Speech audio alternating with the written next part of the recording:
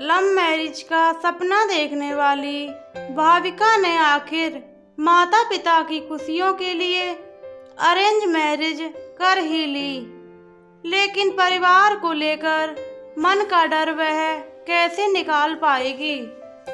भाविका ने जब आंखें खोली तो उसके बगल में एक गिफ्ट बॉक्स रखा था जिस पर लिखा था शादी की 25वीं वर्षगांठ की बधाई संगिनी।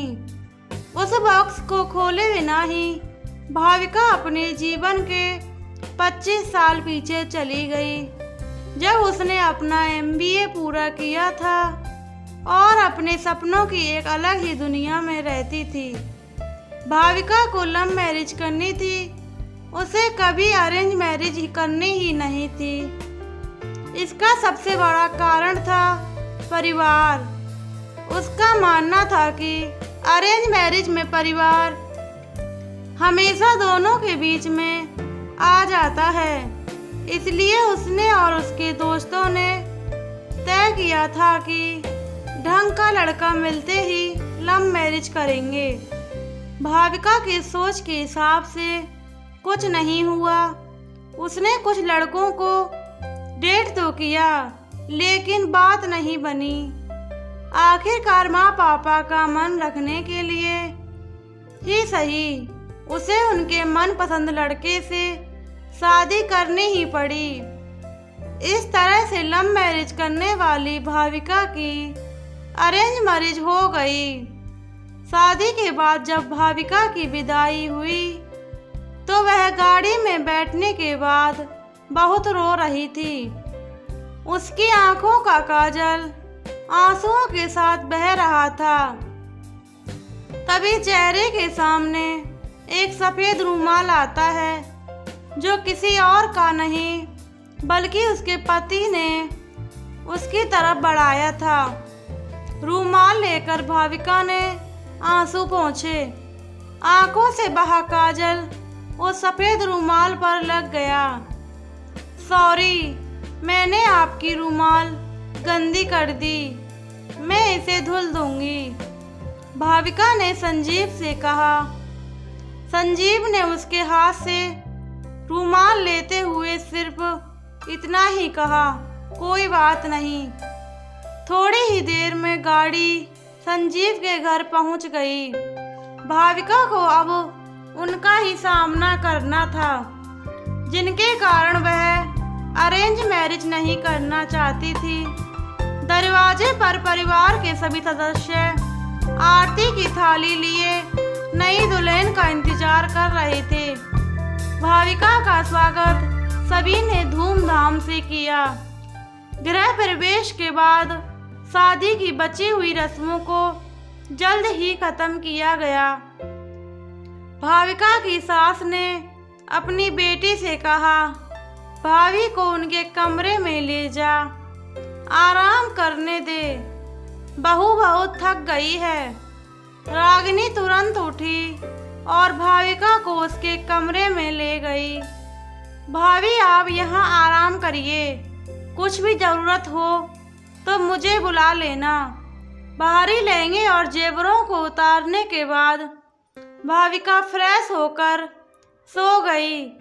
5 घंटे के बाद उसकी आंखें खुली तो देखा कि रात के 8 बज रहे थे। संजीव को कमरे में आता देख वह थोड़ा सकपका गई।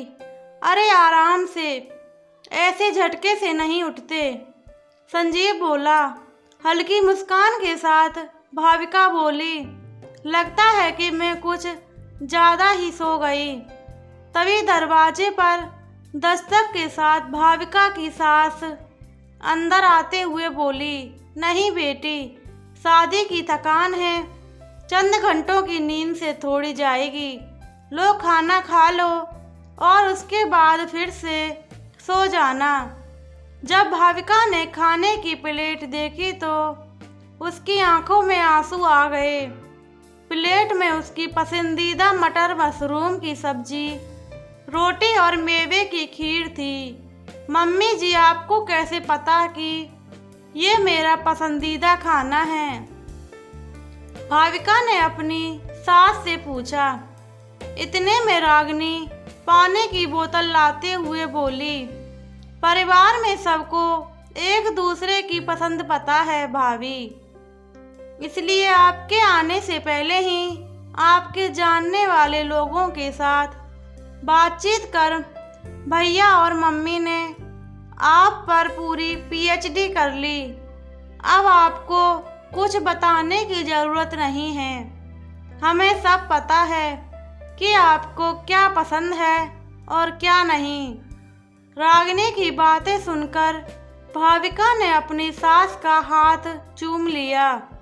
थैंक यू मम्मी, मुझे इस परिवार में अपना एक अलग दर्जा देने के लिए। उस दिन से भाविका के मन में परिवार को लेकर रहने वाला डर कहीं दूर चला गया।